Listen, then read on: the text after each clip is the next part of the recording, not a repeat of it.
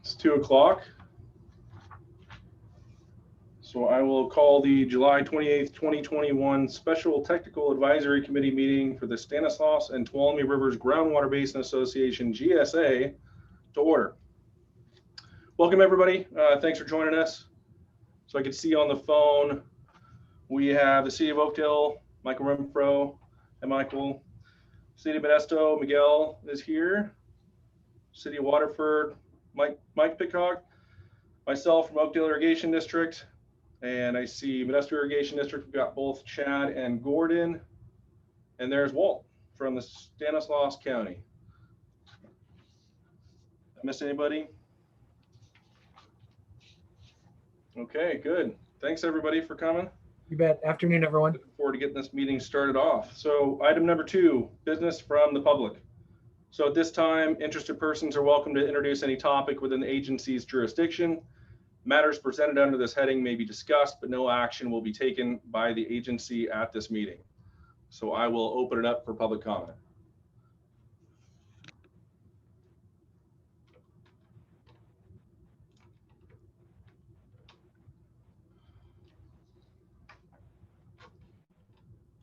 Okay, hearing none, seeing none, we'll go to item 3. So this is approval of the July 14th, 2021 minutes. Assuming everybody's had a chance to review those meeting minutes, I'll entertain a motion. I'll make a motion to approve the minutes. Second, Miguel. Don't all speak up at once. I'm sorry, anybody get a motion? Yeah, you got a motion and a second, Eric. Oh, sorry, I think my volume was down. No Deacon problem. motion, Alvarez second. Perfect. With that, I'll open it up to comments, feedback, questions from the member agencies. Okay, hearing and seeing none, I'll open it up to the public.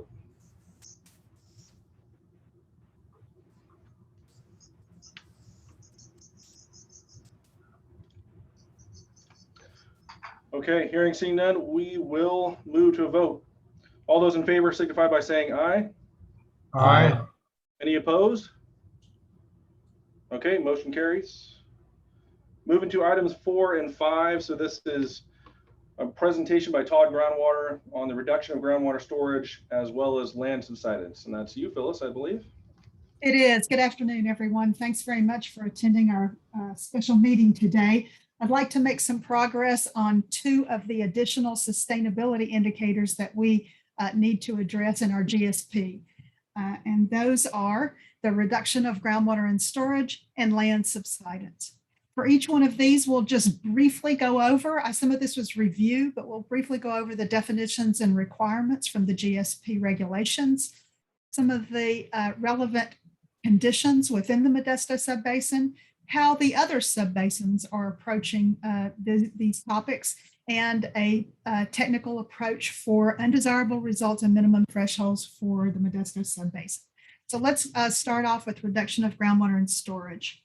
The minimum thresholds for reduction of groundwater and storage are required by the GSP regulations to be a total volume of groundwater that can be withdrawn from the basin without causing undesirable results. Also, the regulations state that the minimum threshold should be supported by the sustainable yield of the basin, calculated generally on average hydrologic conditions and projected water use.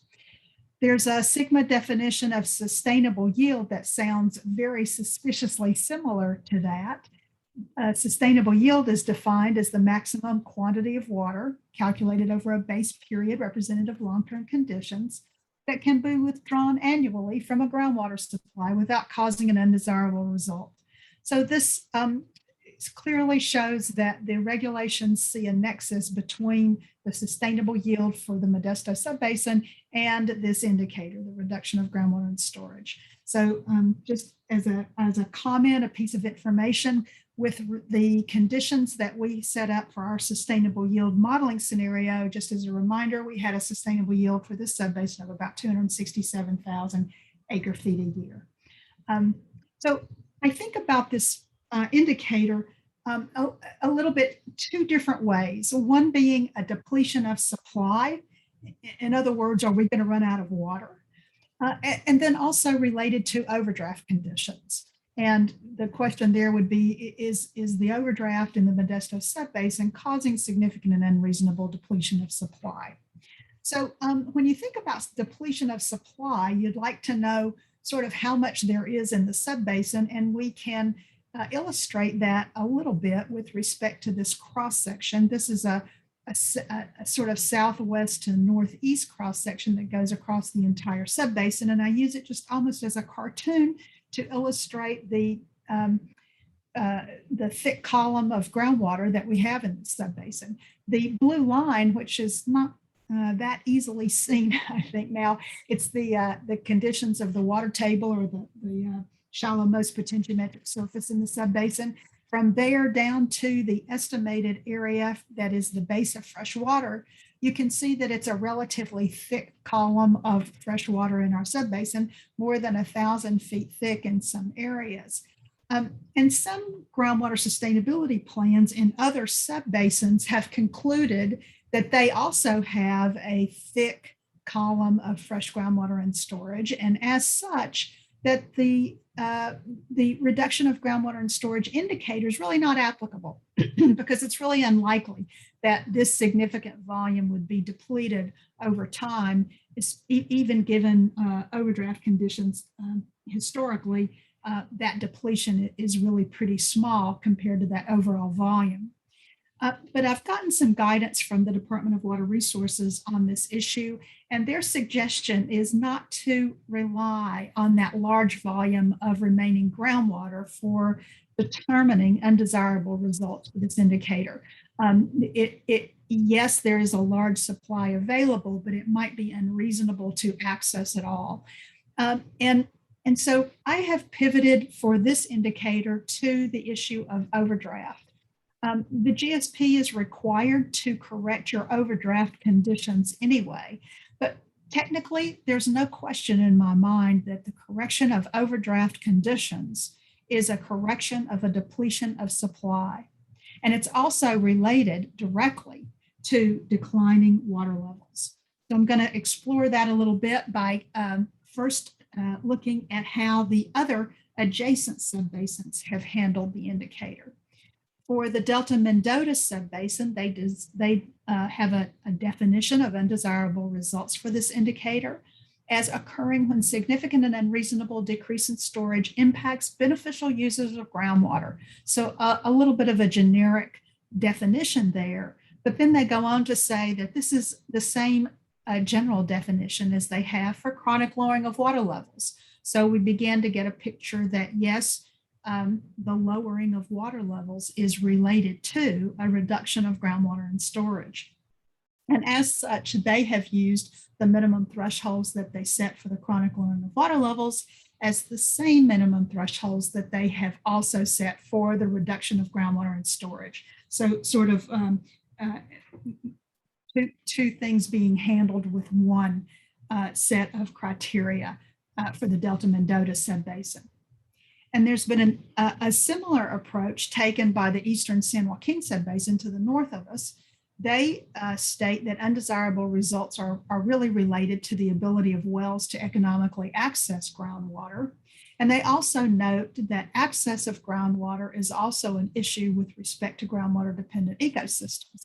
In other words, if the groundwater isn't sufficiently shallow for the roots to access it in the same way that wells access it for other beneficial uses, then that beneficial use might be harmed. So using that understanding in their subbasin, they too have selected the minimum thresholds that they used for chronic lowering of water levels as the minimum thresholds for the reduction of groundwater and storage indicator. And finally, 3 for 3, the Turlock subbasin to the south of us has not finished their GSP, but their draft approach to date has a very similar message associated with how they've set sustainability indicator criteria. They have noted that there's undesirable results related to both depletion of supply and overdraft. and that overdraft is supported by the sustainable yield. What that means is if you are pumping your subbasin within its sustainable yield, then you, by definition, don't have a significant amount of overdraft. And so recognizing sort of the nexus and the interrelatedness of those things, all of those things together, they too have set minimum thresholds as chronic lowering of water levels to be the same as minimum thresholds for the reduction of groundwater and storage. And then I just added that last bullet there, recognizing that's a draft approach. It's not yet approved by the GSAs, but I think that it makes sense with respect to what was done in Delta Mendota and Eastern San Joaquin as well. So based on what we've seen in adjacent subbasins and based on very similar conditions in the Modesto subbasin, I too would recommend going in this direction. So the approach would follow this sort of logic train that I have in these bullets. First, we would acknowledge that we're not depleting a large percentage of our total volume of groundwater supply. Even with the current overdraft, that's not a very large amount of depletion, but it does occur, and that overdraft does require correction under our GSP regulations. Our sustainability goal also says that we're going to operate our subbasin within its sustainable yield. So that also requires overdraft correction. When overdraft is corrected, and this is a technical issue here, when overdraft is corrected, long-term water level declines are going to be arrested by definition. That's what that means. So if you have overdraft, that means you're removing groundwater from storage. If you remove groundwater from storage, then water levels decline. So those conditions are all, as I've mentioned previously here, are very interrelated. If water levels can be maintained at or close to their current levels on an average basis, then those conditions can be used as an indication that overdraft has been corrected. In other words, your water levels are no longer declining. So based on all of that, I would consider using the same minimum thresholds that we've established for your chronic lowering of water levels, which are at or close to the current levels that we have now on an average basis, and use those as a proxy for this indicator. I think it's consistent with adjacent subbasins, and I think it makes a lot of sense with respect to the conditions in this subbasin as well. So the summary of how that might look in your GSP is shown here. That your significant and unreasonable reduction of groundwater and storage would occur if the volume of groundwater supply is at risk of depletion or may not be accessible for beneficial use. So we've talked about that, and we think that at least at current conditions going forward, we're not really at risk of that. But we also want to add here this second paragraph in the undesirable result definition, that an undesirable result for the sustainability indicator would also occur if the subbasin remains in a condition of long-term overdraft based on projected water use and average hydrologic conditions. It's essentially just words right out of the GSP regulations. So the use of MTs and MOs are discussed in that lower portion of this graph in the sort of dark gray area there. The chronic lowering of water levels, MTs and MOs, measurable minimum thresholds and measurable objectives, are protective against depletion of supply and long-term overdraft conditions. The prevention of long-term water level declines is directly supported by the sustainable yield. So with those two sentences, we are sort of restating this interrelatedness of depletion of the supply, overdraft, water level decline,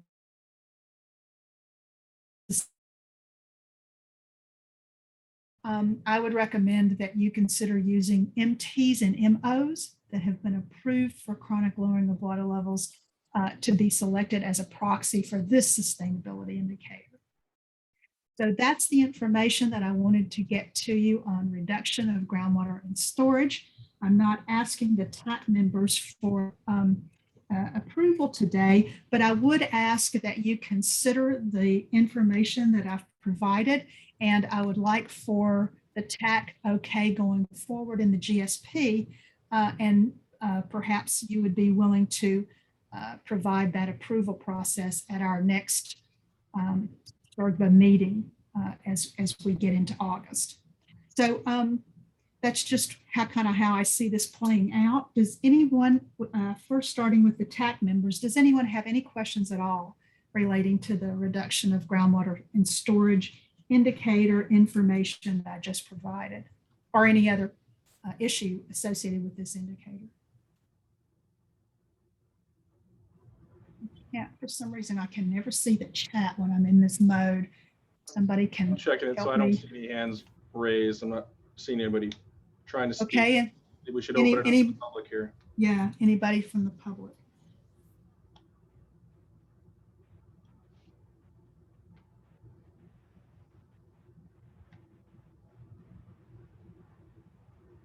Okay, no hands raised, and I'm not hearing anybody.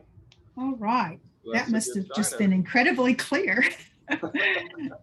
Well, it's a lot of information I'm throwing at you at once, but some of it is review, and I'm hoping that you'll be able to digest it. And if you have questions, I'm happy to address them. But for now, let's go ahead and move to our next sustainability indicator, which is land subsidence. And again, I want to go through quickly definitions and requirements from the regulations, what we have in our subbasin now that we want to consider, how other adjacent subbasins have looked at it, and what we would recommend for an approach here. So let's start out with just the definitions. STGBA defines undesirable results for land subsidence as significant and unreasonable land subsidence that substantially interferes with surface land uses. So I just want to stop there and note this. So STGBA is not saying that land subsidence is a significant and unreasonable event if it occurs. We have seen land subsidence throughout the entire Central Valley for a variety of rates and a variety of magnitudes, and some of it interferes with surface land uses, and some of it actually does not. So STGBA is pretty clear that we need this nexus of an impact, and this is the impact that would be anticipated with a significant and unreasonable amount of land subsidence. The regulations provide additional requirements for the minimum threshold. And those requirements are stated there in those two bullets. Minimum threshold shall be the rate and extent of subsidence, again, that substantially interferes with surface land uses and may lead to undesirable results. And so how you think about the MT and what it might be supported by is also provided in the regulations. The GSAs need to identify what land uses are in their subbasin and the property interests that are associated with those land uses, and think how they have been affected or are likely to be affected by land subsidence. And then also required for your GSP are maps and graphs that show the extent and rate of land subsidence and how those rates and extents are used to define the minimum thresholds and measurable objectives. So with those kinds of things in mind, let's take a look at what we know so far about land subsidence in the Modesto subbasin. Here are some concepts, and the concepts are relevant primarily to the Central Valley, and in particular the San Joaquin Valley, where the Modesto subbasin is located. So I thought it was helpful to review quickly some concepts. In the Central Valley, the Corcoran clay and its underlying confined aquifer has really been where the inelastic land subsidence issues have been attributed to. And you can see on that little block diagram, we have the regional clay layer, the Corcoran clay, that's identified by that sort of darker band that you see in the profile there on that block diagram. It's labeled regional clay layer. And then we also see some discontinuous clay interbeds below that confining layer. And if you look to the right on that diagram, you can say, well, there's some clay over there as well, but that hasn't been as big an issue. And I think that's primarily because the regional clay, the Corcoran clay, sets up a confined aquifer below the Corcoran clay. And as such, those changes in pressure, because when you think about a confined aquifer, it's really controlled by both gravity and pressure. And the changes in pressurization associated with groundwater pumping, for example, can easily affect pore pressure in the aquifer and the aquatards. And so if you look to the right on this diagram, I've got a little conceptualization of what's really happening in the aquifer system. And the green banded area that I have shaded is meant to represent finer grained material, such as clays or silts. And I think you can see that the particles that we have on that little cartoon there are smaller in general than the particles above and below it. And so what happens in the aquifer is as we pump groundwater, and in particular, over pump it with time, we change the pore pressure. And that's the pressure that is exerted in the pores or the spaces in between all of those grains that you see on these little conceptual diagrams. And by changing that pore pressure and declining the pore pressure, the aquifer is no longer able to sort of sustain itself. And it's now sort of what we call grain supported rather than being supported a bit by the water pressure. And as a result, you can get, in particular, the fine grain materials can sort of realign. The grains can be realigned. There's pressure on them now to hold up the aquifer, and that pressure will often compact that layer. So if you compare the column on the left to the column on the right, you can see that the fine grain materials are a little thinner on the right. And as such, the land at the surface, you see on the top of that little diagram where I've got the red there, is allowed to subside. And what we've seen primarily in the Central Valley is that there's subsidence occurring in that confined layers, those confined layers associated with the Corcoran clay and the subsequent clay layers below. In the Modesto subbasin, the problems haven't quite reached us. You can see that most of the red area that indicates historical subsidence from 2008 to 2010 is quite a bit to the south of the Modesto subbasin. And because there's not really a lot of documented subsidence in the subbasin, there's also no known subsidence impacts in the subbasin.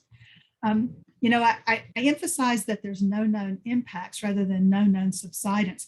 The problems sometimes with subsidence is that there is a time lag, and there can also be, if everything goes down together, the land surface subsides together, and if it subsides in very small increments, then sometimes it goes unnoticed until it becomes a problem. So even though we haven't seen impacts and we haven't seen a lot of indications of subsidence, although we have seen a little bit, we don't want to dismiss it for the future. So we don't want to say that it's not applicable to our subbasin, because we do have the Corcoran clay in the subbasin. We do have conditions that are set up in the subbasin for the potential for land subsidence. It just probably is that we are not over pumping the lower aquifer at this time, but we want to continue to think about it in the groundwater sustainability plan. There is some information recently about the potential for land subsidence in the Modesto subbasin. We've reviewed this before. This is NSAR data. It's processed remote sensing data that looks at very high accuracy for vertical displacement on the land surface. And this is just color coded. It covers a 3-year time period from June 2015 through June 2018. And the gray area is essentially noted vertical displacement over that 3-year time period. There's some vertical displacement indicated in those orange to brown colors, and there's a little dot of a brown that's the area of highest vertical displacement. And I keep saying vertical displacement here because it's not really been confirmed exactly what vertical displacement is. There are clay soils in our subbasin that are subject to swell and shrinkage, so that could be an issue with respect to the accuracy of this tiny small vertical displacements. And also agricultural operation of lands and other land surface activities can also affect this issue of vertical displacement. But this is just the data that we have. This is sort of newer data that the Department of Water Resources has begun to collect over time. And as such, it's got some issues that we need to begin to address. So the potential for future subsidence is there if the extensive clay layers, such as the Corcoran clay, are depressurized or dewatered. And the Western Subbasin, because of that's where the Corcoran clay is, you might recall that the Corcoran clay is located in that western, say, third of the subbasin over to that red dashed line, which is the extent of the clay. And so we do have conditions in the western portion of the subbasin that are similar to conditions where we have seen land subsidence in other subbasins, so we want to begin to watch for that. These annual INSAR data are going to be available from the Department of Water Resources, so we can use this going forward as subbasin-wide screening as we begin to get a better understanding of what this vertical displacement really does mean on the surface. Again, there's no significant land subsidence indicated in any of these susceptible areas of the Corcoran clay based on any of these recent data. So again, that gray area is supposed to be the area that we would anticipate to see land subsidence begin to be triggered. And to date, that looks like that there's no vertical displacement there at all. We can back some of this up with more detailed point sources. And so that's what we've tried to do, is pull what's available with respect to GPS stations. So, you know, we all live in a tectonic environment in California with the San Andreas Fault and other land movement going on over time. And as a result of that, there are a lot of global positioning. I've got GSP, I can see there instead of GPS. So sorry, I just realized that on that line, on that black label for the map, that should be GPS. These are global positioning system stations that are operated by others. Scripps through a consortium called SOPAC, and another consortium of researchers, UNAVCO, operate and monitor these stations on a regular basis. Some of them are inactive. The two SOPAC stations doesn't look like that it has recent data, although it goes up to about 2014, I think, at least for one station. But the CMOD station that's shown there in the south is active and does have very recent 2021 data. So these three GPS stations are monitored by others, and they indicate really 0 to low rates of vertical displacement. And these are more from a point source, they are much more accurate even than the INSAR data. And in fact, the INSAR data has been tested against these data. So these GPS stations are really the best indicators of what's going on. So again, no real indication of land subsidence.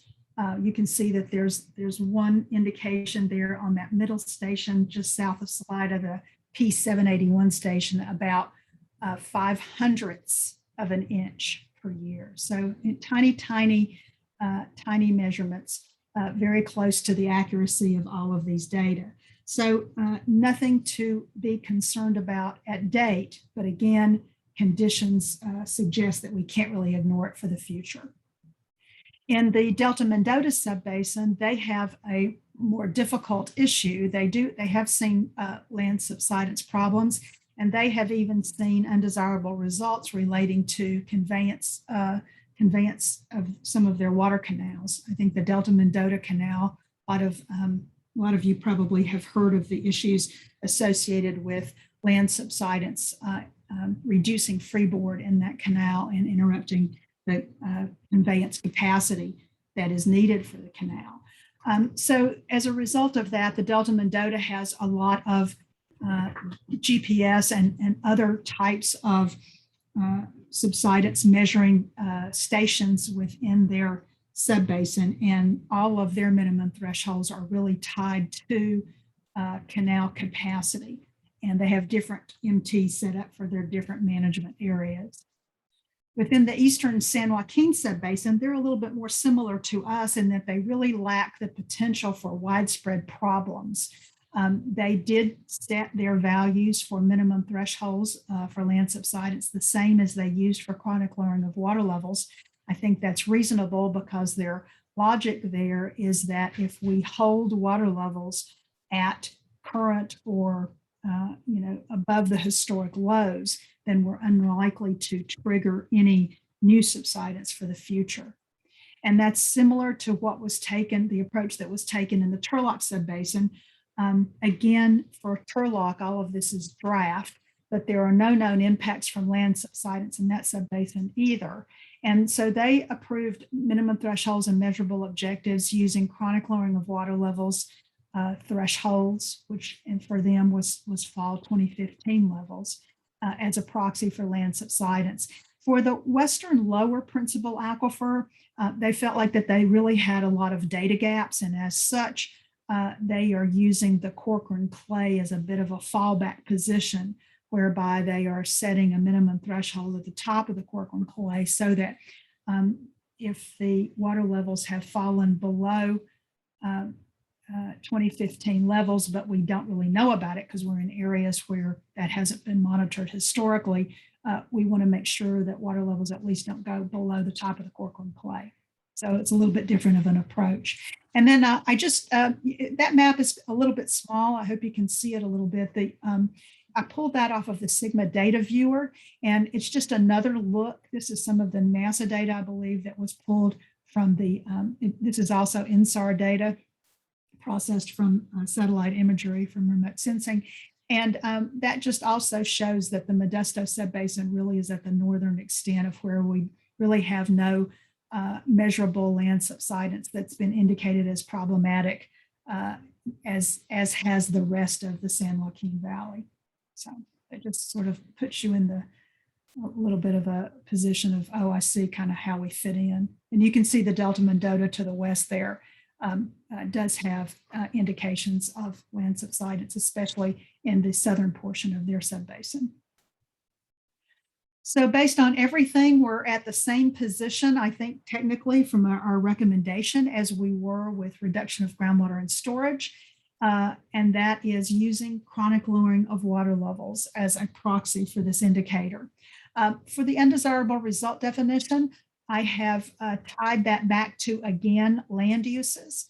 And so the definition reads significant and unreasonable inelastic land subsidence caused by groundwater extraction and associated water level declines that adversely affects land use or reduces the viability of the use of critical infrastructure. The critical infrastructure, I say, to be determined here. I think the TAC members need to weigh in if they have something in particular that they need or want to protect. I think in this subbasin, it's pretty clear that in urban areas, we have utilities and pipelines. The large city of Modesto has a lot of critical infrastructure associated with its situation. We have large transportation corridors in this subbasin. We have Highway 99 and then bridges, of course, across the river boundaries that are big transportation corridors for the subbasin, as well as the canal system that we deliver our surface water to the agricultural farms and lands in the subbasin. Even though a lot of those canals are much smaller than the large canal systems that have been impacted by land subsidence, they're no less important with respect to being able to move water around the subbasin. So with that in mind, the minimum threshold for the chronic lowering of water levels is suggested again for the minimum threshold for land subsidence. And the information that I've put there says that the MT is set at the historic low water level. We have a time period associated with that for chronic lowering of water levels. But that by doing that, it's sufficiently protective to avoid undesirable results from future land subsidence. And then we want to recognize here that although no significant inelastic land subsidence has occurred in the Modesto subbasin, declining water levels can be directly correlated to future potential for land subsidence, consistent with the areas in the San Joaquin Valley that have already been impacted. So accordingly, the MTs and MOs set for the chronic lowering of water levels are recommended as a proxy for this sustainability indicator. So that's a lot of review and new information on land subsidence, and I'll be happy to stop here and take any questions that either the TAC or the public may have. So, so let's open it up to the member agencies first.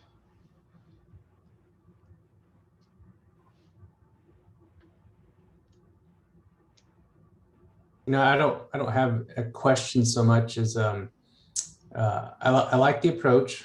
I like the definition of the undesirable result. Your phrase in the parentheses, of course, points out my comment, I guess, is defining critical infrastructure.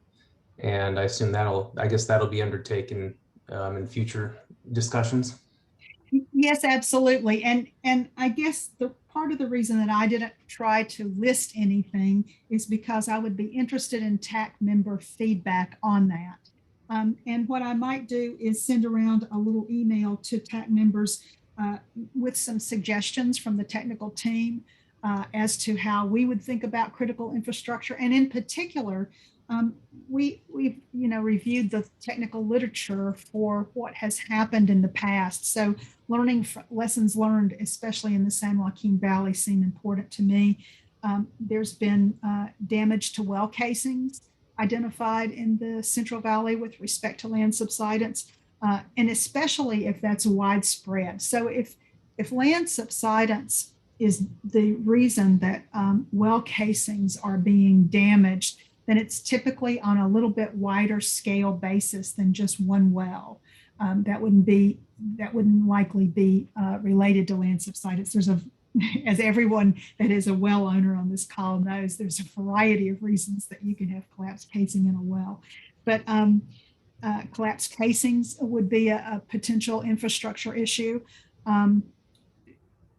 The damage to roads, and part of the reason that I included in the definition that phrase, the viability of use, is that you can have small scale cracking of sidewalks, for example, or something like that, that may or may not be, keeping you from using the sidewalk in a safe and good manner. So again, this land subsidence typically is a more widespread issue than just a crack in the side of a road or a crack in a concrete structure, for example. So, we're wanting to obviously look at and protect against property damage. We were wanting to make sure that the public is not threatened in any way, of course, from a health and safety standpoint, that vital services are not interrupted.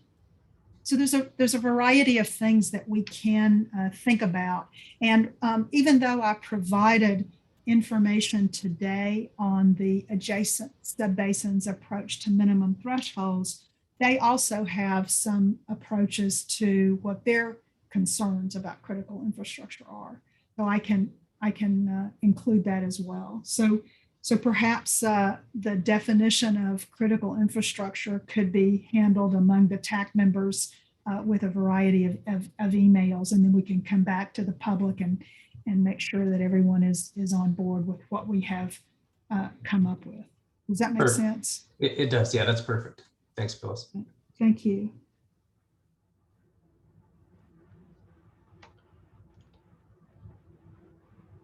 Okay, not seeing any other hands raised. Anybody else from the member agencies?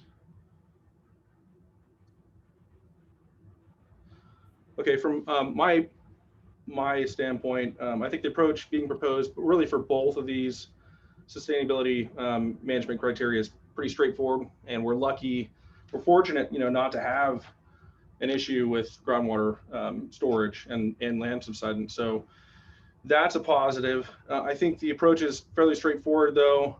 It's similar to what we're doing in neighboring basins, which gives me a little bit of comfort. I'm not an attorney, so I'm not able to provide a legal opinion, but it seems reasonable and it seems defensible, given the supporting data that you had there. So maybe, I know we've got some attorneys on the phone, maybe that'll spark some discussion. So with no other hands raised or comments, hearing any comments from the panelists, we'll open it up to the public. And Director Menzinger. Yes, so I appreciate the presentation. I want to make the point that when it comes to subsidence, obviously we don't have a problem and we're not likely to have a problem. So given that, I am wondering why we would tolerate any subsidence or any subsidence that might do any damage. Because right now the undesirable result definition is significant and unreasonable inelastic land subsidence. I agree that that's extremely unlikely, but the question is, why would we allow any land subsidence, given that there's no reason to allow? It's a good question. So I will say that the regulations will allow you to say zero if you wanted to say zero, if that was something that you wanted to go forward with. But let me just caution you with this. Unless you have the entire subbasin well instrumented such that you are following everything along very carefully, it would be difficult to guarantee that subsidence isn't going to occur without you even knowing about it in local areas. And it may not cause a problem, but if you set yourself up to say, you know, we won't tolerate any subsidence at all, it would be very hard to even know if it's not occurring. So one of the things that the technical community is faced with is, you know, we can all say, well, if we keep our water levels at or near historic low levels, then we aren't sort of over pumping the area. And as a result of that, we would not expect for there to be any new subsidence triggered. What we don't know right now with good certainty is how much pumping is occurring in that lower aquifer, that western lower principal aquifer. We don't have a good understanding of where all of the wells, active wells are, how much they pump and when. And we want to be able to get a handle on that going forward. But because we don't know it right now, I can tell you that from the data that we have, it doesn't look like we have any indication of a problem, but that doesn't mean that there isn't something that has been triggered that we would not know about. And so if there is, there's always a lag, a time lag between the time that the depressurization of the pore space and the realignment of the aquifers are triggered and when the land actually subsides. And no one has a good handle on how long that takes. So one of the things that we say in the technical world is, okay, well, we don't exactly know what's been triggered in the past, but we know that if we don't continue or if we don't get into overpumping this lower aquifer and we don't and we keep water levels from declining, then we should be not exacerbating anything going forward. But if something has been triggered in the past and has just not yet been manifested, then you're saying, I want to keep something from happening that you may not be able to keep from happening. Does that make sense? Yes. But I certainly agree with your conservative approach. You want to avoid it. So let's just avoid it. Thank you. Thank you. Any other questions or discussion? Yeah, oh, we've got a hand raised. Dane Mathis. Oh, hi, Dane. There we go. Just got unmuted. Can you hear me okay? Yes. Yes. Outstanding. Good afternoon, everyone. Dane Mathis with the Department of Water Resources out of the South Central Region office. Just standing in today for Amanda, who's usually on the calls and hopefully offering her helpful assistance as usual. But thank you very much, Phyllis, for the presentation. I appreciate that the TAC and the group is actually preparing something for these two items that seemingly, you know, you verbalize that you don't have an issue with in the basin. Just something to maybe to think about, not necessarily answer today, but with respect to using a proxy, right, and using the chronic lowering, the MT's chronic lowering levels for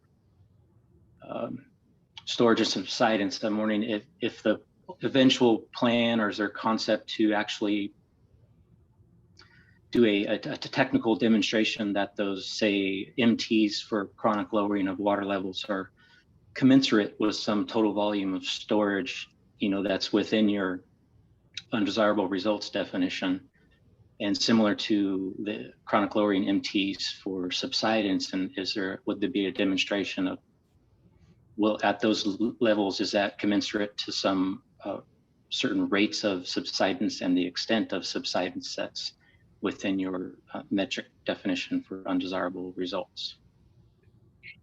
Excellent questions, and just say yes and yes, and it's a little more complicated than that. So bear with me, and I'm going to try to explain a couple of things about how we're thinking about it. So with respect to the reduction of groundwater and storage, I think that is a clearer yes here, because unfortunately you are not able to see our presentation of our sustainable yield analysis. And in this subbasin, not only did we come up with an overall sustainable yield, generally just based on our historical water budget and or our projected water budget data, by just subtracting out the amount of demand that might come up with a zero change in storage. We actually modeled it with respect to an iterative approach, making sure that we were able to, number one, meet minimum thresholds for chronic lowering of water levels. Number two, meet generally a zero plus or minus, as you can imagine, it's not perfect, but a zero change in storage over average conditions. And also, we have a little bit more aggressive minimum thresholds set along our river boundaries, such that we don't trigger significant and unreasonable stream flow depletion. So we took into consideration all of those key sustainability indicators, I'll call them, for this subbasin in our sustainable yield runs, modeling runs. And we demonstrated that with our sustainable yield, I think I mentioned it on that first slide, it was about 267,000 acre feet a year. With that sustainable yield number, we can achieve our goals of minimum thresholds for the key sustainability indicators. And so we don't have anything that we have done with respect to, well, let me just stop there. So does that answer the question that you're asking about reduction of groundwater and storage, relating that back to a volume? Yes, it does. Thank you. Okay, so for land subsidence, it's not as clear. So as you know, we got just recently got INSAR data, and so we're trying to figure out exactly how it fits together with the framework of the hydrogeological conceptual model. The INSAR data suggests that there is essentially zero rate or magnitude of land subsidence in our areas that we would demonstrate to be the most susceptible. So it's hard at that point to relate water levels back to that rate, except for to say our chronic lowering of water levels, we're now setting at our historical low over our study period, which is pretty close to the 2015 low water levels.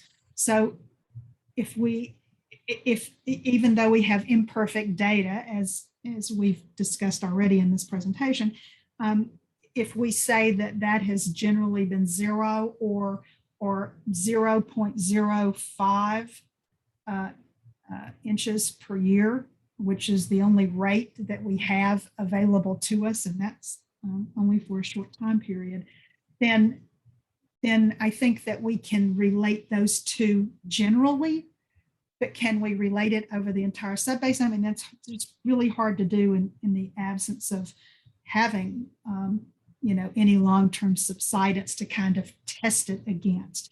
And so recognizing that the regulations do, that the way that I read them, and I know I'm talking to DWR here, so I'm always a little bit more careful, but the way that I understand the regulations is that for use of one sustainability indicator as a proxy for another, you can and need to the extent that you can, demonstrate that correlation between the metric required by the GSP regulations and the data. And or you can say this is protective. We know that this is, like overly protective based on our general understanding of the technical framework, the hydrogeological framework of the issue at hand. And so because it's more protective, it maybe can't be related specifically to a rate over the area of susceptible land subsidence, but it's more protective going forward and therefore wouldn't exacerbate the issue at hand. So I guess I'm relying a bit for land subsidence on that more protective portion of the regulation. Does that make sense? And am I misreading something? No, thank you very much, Phyllis. I'm sure your responses were not only helpful for me, but for the others in the meeting. Thank you. Thank you. Okie doke. So I just have one last slide, you guys, so hang in there with me. Just want to summarize a couple of things. So we have this additional criteria for minimum thresholds and measurable objectives using our draft GSP monitoring networks, and we're working on that now. And so that's coming at, if not the first January, boy, I'm really blowing it here. If not the first August meeting, then I'm going to see if I can talk the TAC members into a second August meeting so that we can wrap this up in August. But what that means is that as of today, we've now gone through several times the sustainability indicators with minimum thresholds and measurable objectives and our general approach to undesirable results.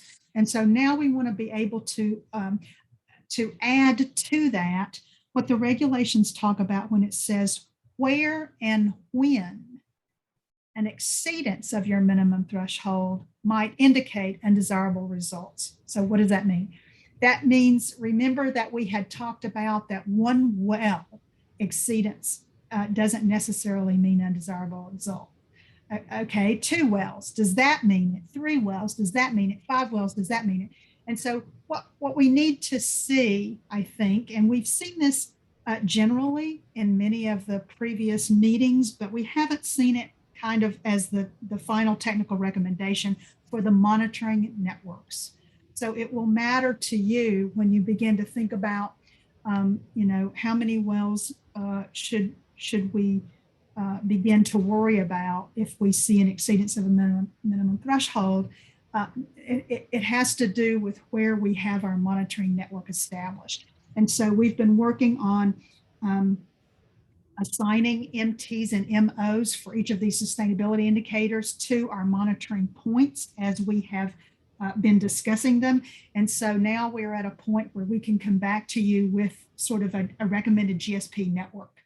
And when I can do that, then I can begin to make some technical recommendations for the TAC members to consider about an area. For example, recall that the framework that we had talked about is that we were saying, for example, for chronic lowering of water levels, we were saying things like this, that if 30% of the wells exceed the minimum threshold over 2 consecutive fall monitoring events, then that would be an undesirable result. And that was based, we talked about that for chronic lowering of water levels, that was based on a variety of things. But it's that kind of specificity that we're going to need to sort of get in place. So I hope I'm making sense. I see a couple of heads nodding. So anyway, that's coming, if not the first meeting in August, then the second.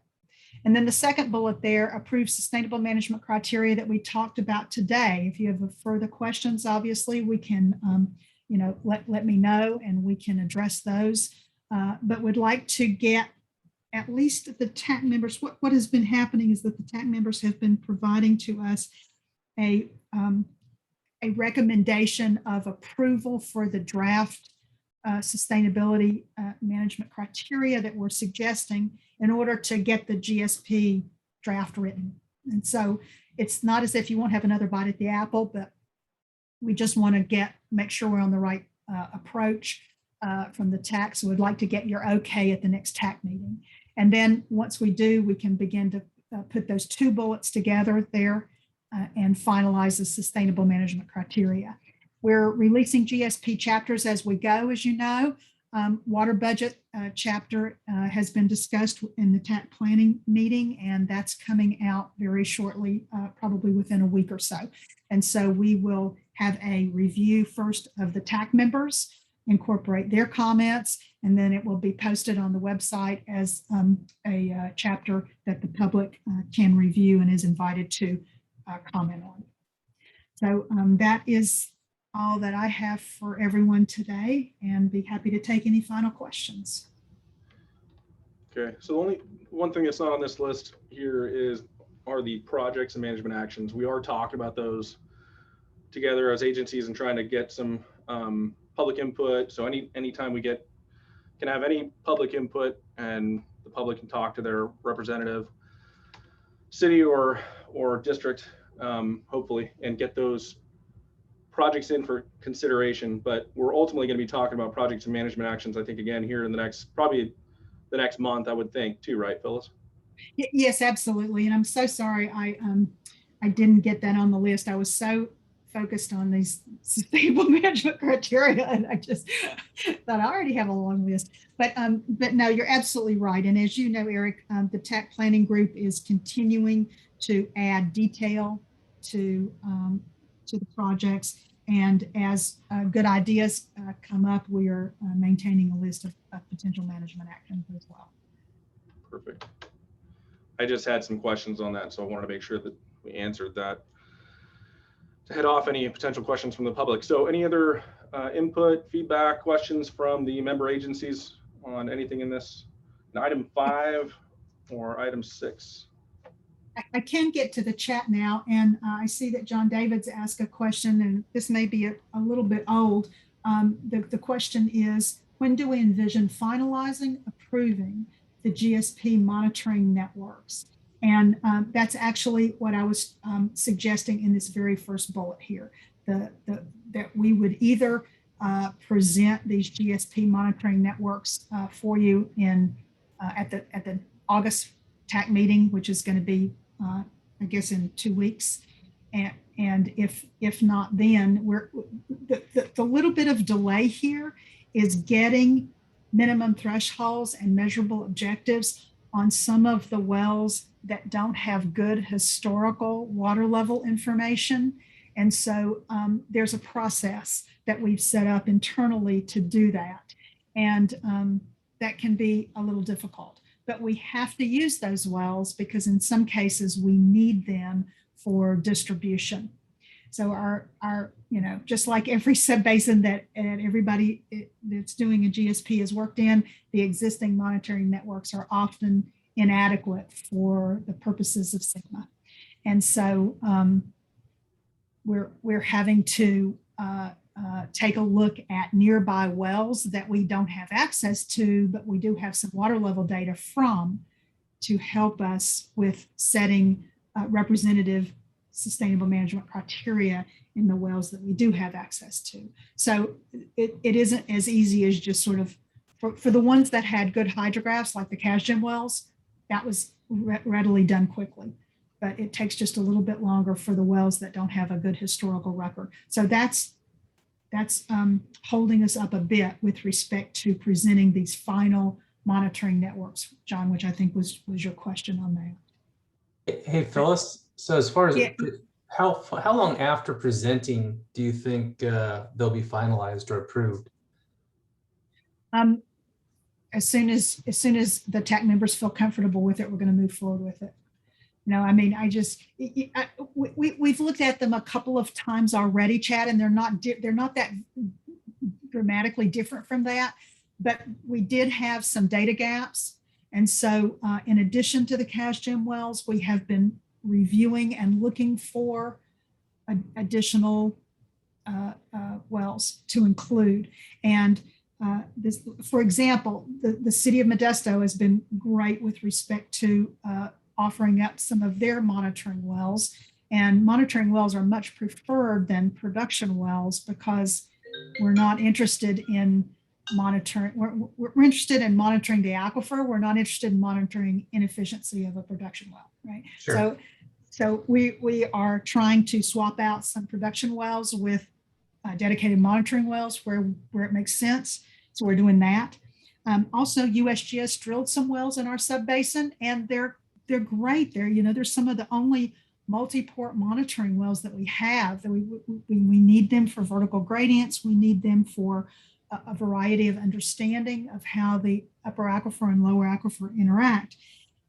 And so it's been a bit of a heavy lift just to get USGS to let us use them, and they stopped monitoring them. I think they put it, you guys would know this better than I do. I think that they installed these wells when they were doing the Merstan model.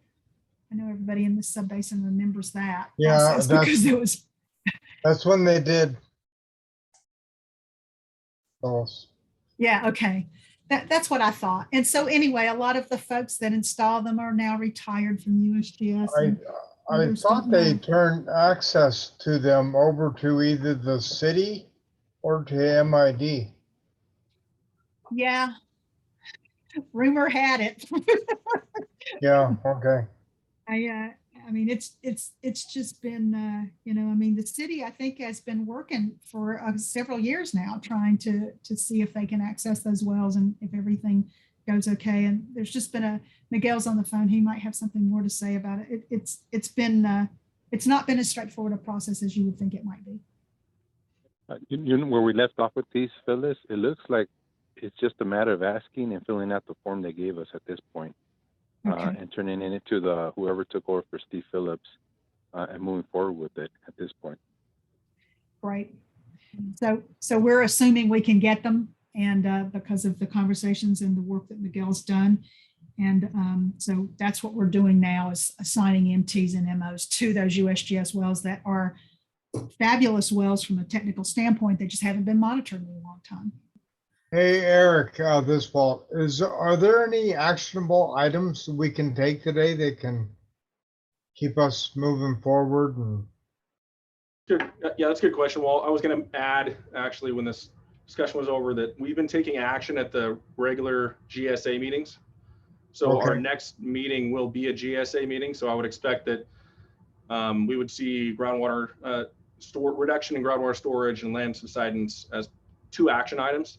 perfect. I also want to kind of give everybody notice that we would likely, I wouldn't be surprised if we move the GSA meeting after the TAC meeting on the 11th, like we did last time, to take action on any items that we may be presenting on at the TAC meeting. So be advised of that.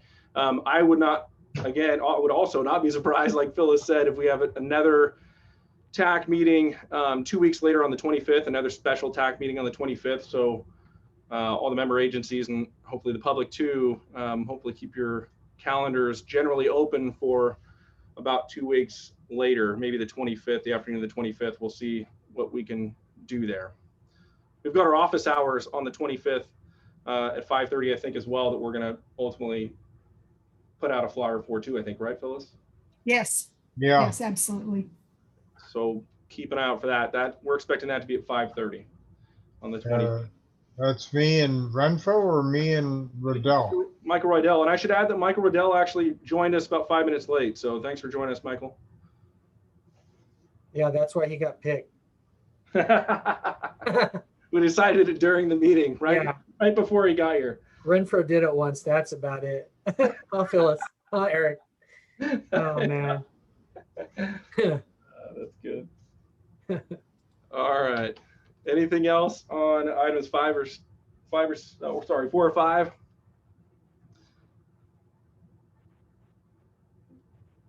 All right.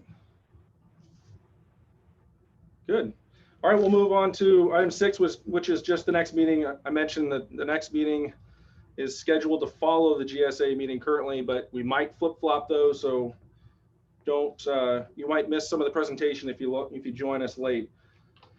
So the TAC meeting is at 2 p.m. That might start early at 1:30 p.m. and then the GSA would follow that. That's August 11th. We may end up scheduling another special meeting, and we'll let you know on the 11th for sure whether we are going to do that. Comments, questions on that from the member agencies?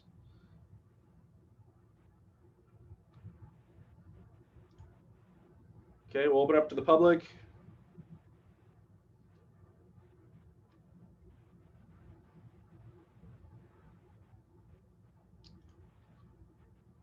Okay, seeing, hearing no comments, questions.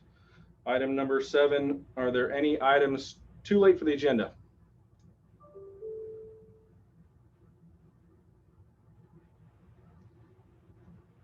Okay, hearing none, I'll entertain a motion to adjourn. In for a motion. Planned all along. Second. Thanks, Walt. All those in favor signify by saying aye. Aye. Aye. Any opposed? Hey, Eric, Yep. before you duck, hey, a lot of times coming in on these Wednesdays, I have a standing, I guess I should caveat it with, they have made me the director of the LRA, and I'm dealing with Riverbank Industrial Complex. And I now have a standing 1 o'clock call with EPA that I can't really duck. So I will try to push them and make it out. So I'll get in, but I'll get in late. Okay, thanks for the heads up on that. And thanks for joining us. Even though you're a little bit late, that's fine. Glad to have you here. Hey, Michael, I'd love for you to call me after this meeting. Okay. Thanks. All right, so at this point, we've already taken a vote, so the meeting is adjourned. Thank you, everybody. Thanks, Eric. Thank you all. Talk to you later. You guys. Bye.